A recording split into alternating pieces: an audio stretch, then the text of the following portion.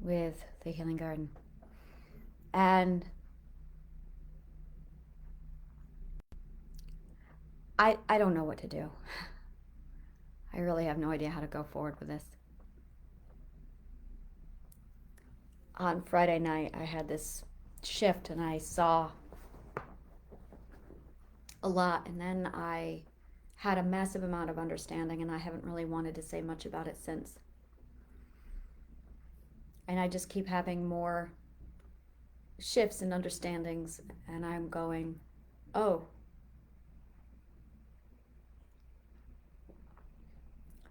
perspectives are dimensions.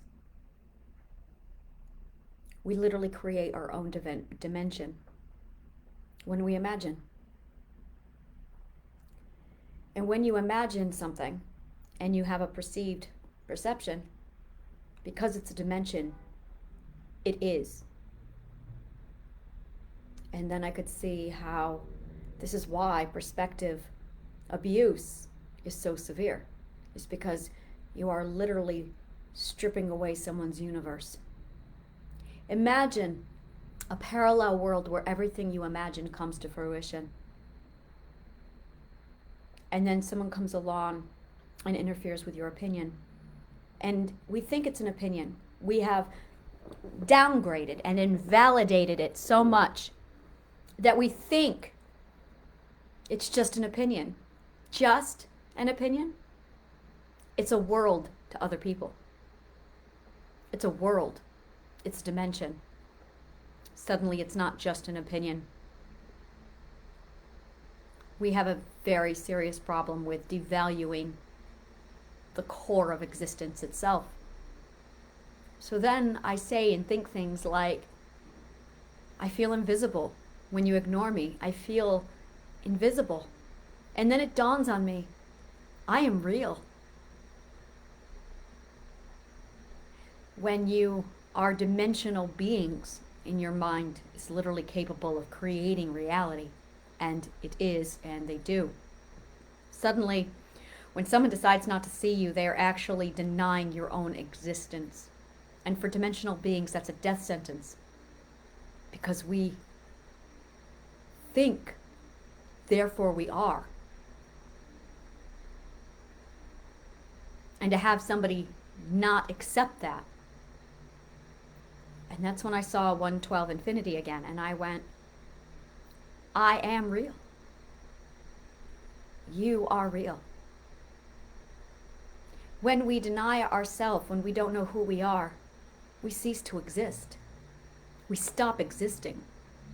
It isn't just you're who you are, and then you don't know who you are, and the information is still there. It stops existing. It stops being. It literally stops existing. Which is why the emotions are as strong as they are, which is why you get depression, is because it spirals you into this massive downsodden existence, because it's literally the deterioration of not existing anymore, because we are dimensional beings. So to not know the self is to literally not exist. To not know a loved one is to have them literally not exist in your dimension. They are literally being erased from existence. That is what it means to be forgotten. And when you are a dimensional being, that matters. So depression, internal pain from being disconnected from who you are because you don't know who you are, is actually a slow process of being erased from time. Which is why it hurts so much. Because you're being erased from time. Now, I know who I am. A lot of people do not know who I am, though. And the one person I love more than anything in the world does not know me and does not see me. In fact, he denies my very existence in a lot of cases. And I was writing a letter to him today, and I said that to him. I am real. And that's when it hit me. that he has decided or declared that I'm not real, because he has not included me in his perspective. But I'm still here. And it's this massive, there's my dimension, there's your dimension, and then there's all of the dimensions, and every one of our opinions, perspectives, thoughts, truths is a dimension upon itself.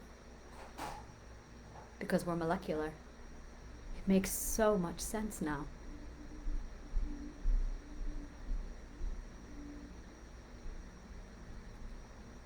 And it's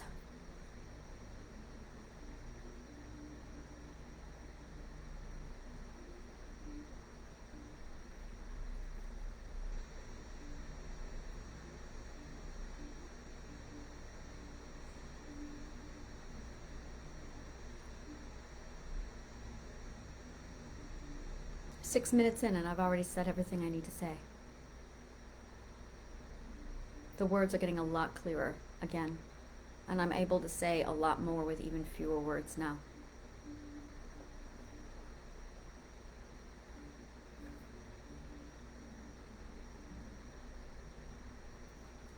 Ultimately, we all have to be alone. It's our dimensions that keep us. It's our dimensions that give us perspective. Because ultimately we have to be alone. And we're resisting the loneliness.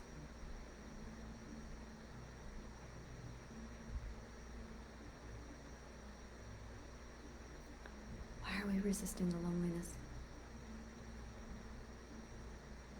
And I feel like when we embrace the loneliness and we run toward it, when we truly, completely encompass ourselves in the loneliness, that is when it will all click into place. And I have to be alone. Which is why I keep toggling between I gotta be alone and then I have to be, because we are at the same time 1 and 12 and all. And I think that's what opens at the close. I think that's it right there. Is when we step into 1, we encompass 12 and we encompass all. I think that's what it is.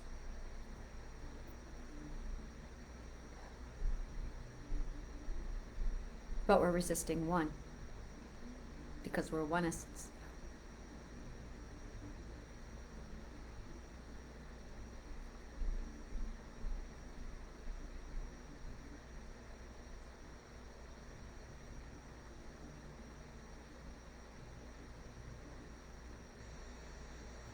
Eleven perspective feels like total comprehension. Pure, crystal clear understanding of who we are, what we are, where we're from, why we're here, what we're doing, and why. And suddenly it's 100% without fear, because you know where it's going. And you know it's going to be just fine.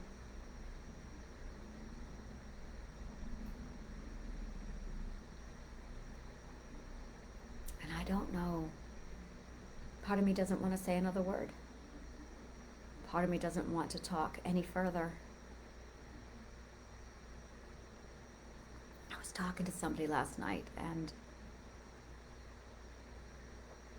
none of it matters because it's so trivial. And I was able to sit down, and depression is the grieving of the self. It is the core belief that you have lost the self and that you truly believe you cannot have the self. So depression is a complete acceptance of that loss And you just spiral right into depression and you stay there. And it just drains everything out of you because you've accepted that you cannot have yourself. And then I thought, under what circumstance would a person not be able to have themselves when they are so extraordinary inside that it denies existence? Because what sanity, what societal expectation can even possibly fathom the you that you are hiding inside of you, that you are so desperate to keep away from people who insist that what you truly are inside of you cannot possibly exist. And so rather than bringing that person out and showing people this is who I am, because they've already invalidated the existence of you before you even have had the ability to bring it out and show other people this is me. So you forget who you are because you don't think it's possible. And then you shut down. And you don't even try to remember who you are because you've been told it doesn't exist. But you know you exist. I never had this problem.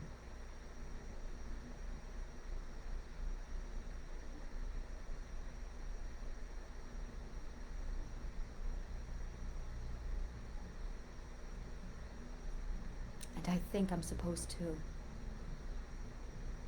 tell my partner all of this. This is what I'm supposed to tell my partner.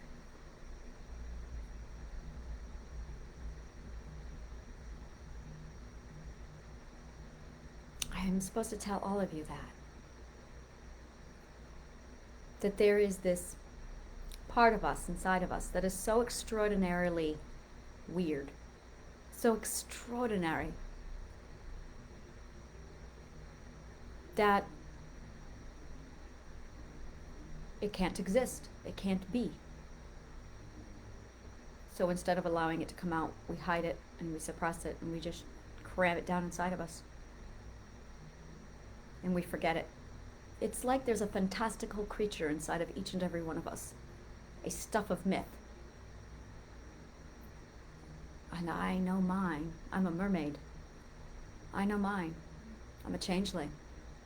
I know mine. I'm a goddess. I've always known mine. And people look at me and they're like, you're different. No, we're all the same. The only difference is I let mine out because they called me insane one too many times to care. They're gonna think you're crazy no matter what. At least now, I'm crazy and I can be who I am. But since I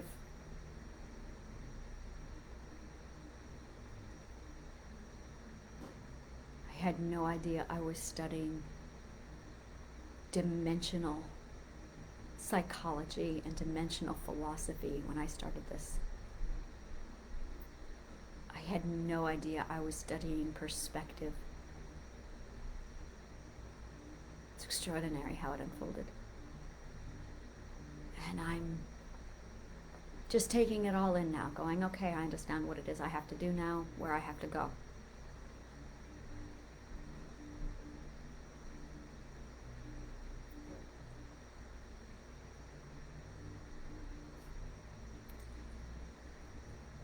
I think I know how to do this. I think I know exactly how to do this.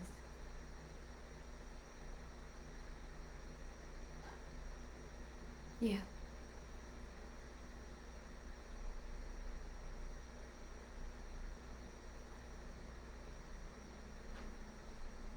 Be brave, be bold, be blunt. Okay.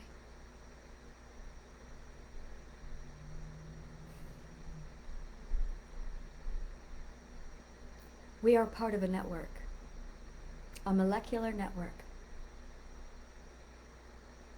When you find the self, when you shut everything down that society has told you where you belong, and when you follow the universe, The universe is going to shift you to a location in the world where you belong.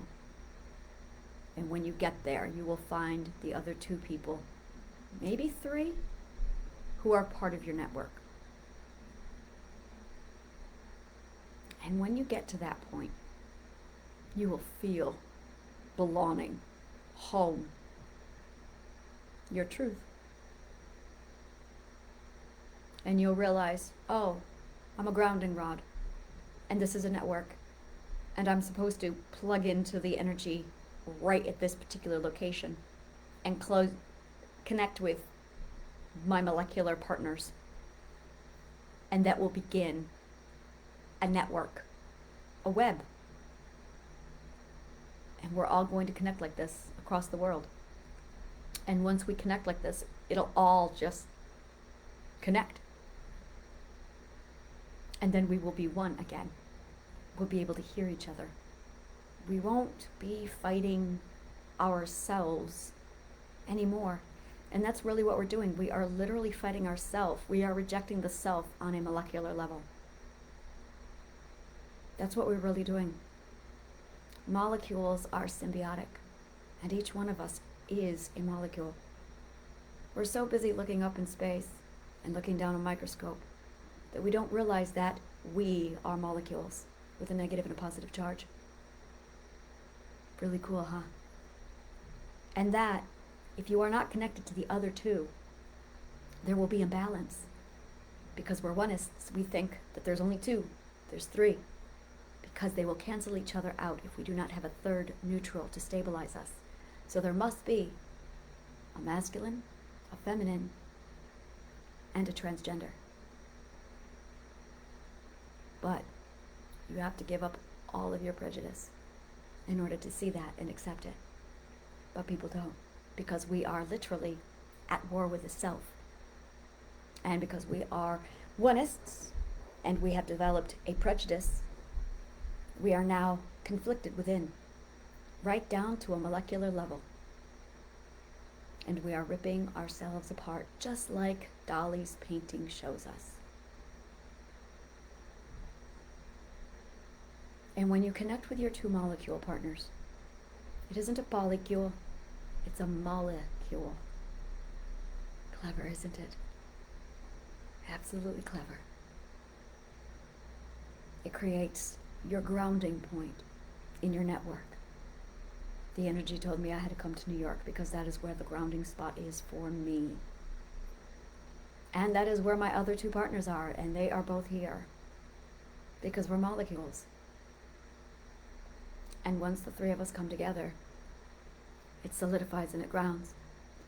But there are 12 molecules, all within a molecular. It's extraordinary. It's a full network. And it's infinite. Because that's when you can see all of the different layers of dimension. And you realize it goes on forever. And there's 1, and there's 12, and there's infinity.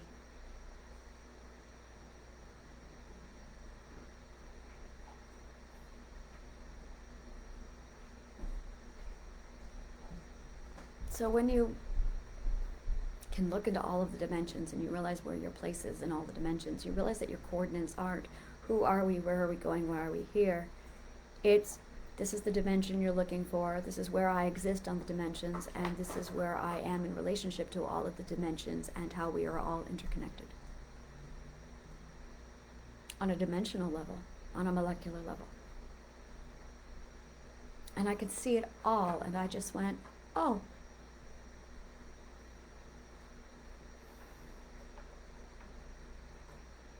And suddenly I had no desire to want to talk. I had no desire to want to explain anything more. Not even the desire to want to learn anything more, because I can see it. On Friday, I literally could see the beginning and the end. That makes sense now. That it's literally just on a loop. That it's just on a loop. That as soon as it ends, it starts over. on the next dimension. God, it makes so much more sense now.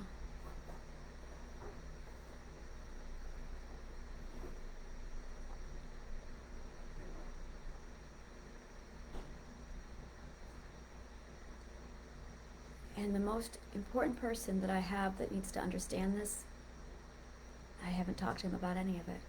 I talk to everybody else about it, but I don't talk to him about it.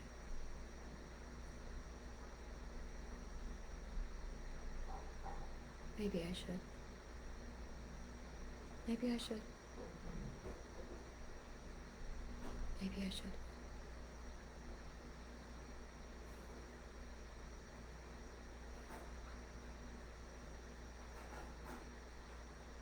Okay.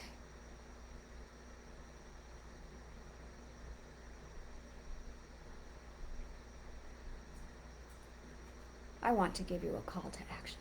And I'm going, what should the call to action be? Join my network. Join my network. There it is. My network is called Authenticity City. Boom. There's the other part of it. I knew it would come back around full circle. My network is called Authenticity City. Are you part of mine? Because I'm looking for my network. That's what I'm doing. Oh, there it is. Full circle. The beginning is the end. I see it now. I understand. My God, I fucking love this shit. There it is. My network is called Authenticity City. I'm looking for my network. We all are. Are you mine? Because I'm looking for mine. So here's how to tell if you're part of my network. Read through Authenticity City. Take a look at the directory down below. Go through it.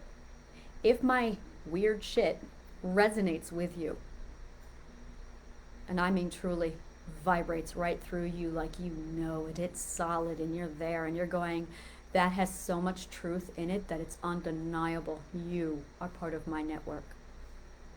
That's what that means. You have to be in New York City because that's my network. That's why I'm so adamant that everybody I connect with is in New York City, because that's my network.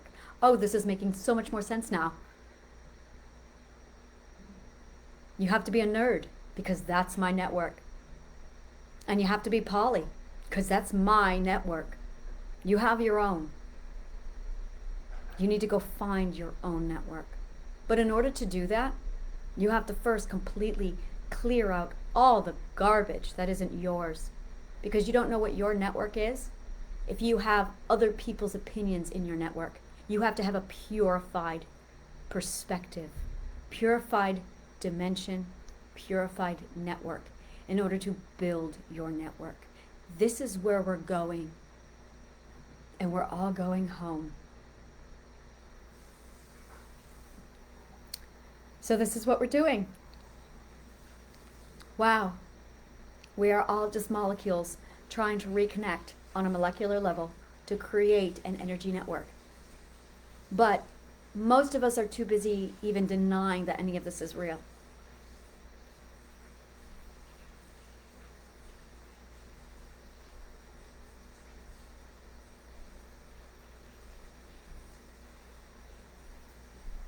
I understand it now. I understand it all now. So I am putting the call out there to say, I'm building my network. I'm looking for mine. If this resonates with you, let me know. Reach out, connect with me. We'll go hang out. We'll talk. We'll figure out if we're in the network or not. If you're not in my network, I'll let you know pretty relatively early. You're not in my network. It's not wishing you could be in my network. It's wishing you could find your own. So I'm looking for mine. And then that will open us up for stage 2. And I already know what stage 2 is. And I'm so excited. And stage 3 and stage 4, I can see it all. There are 12 stages. And I can see them all. And once we all have gone through the 12 stages, it'll click. But we need to start looking for our network, and in order to start looking for our network, we have to know who we are. And in order to know who you are, you have to really start weeding out all the bullshit and the noise. You have to become so arrogant and so proud that you defy all of the expectations of Wonderland. So take a look at my Authenticity City. Browse it. Tell me, are you my network? Thank you so much, and may the kindest of words always find you.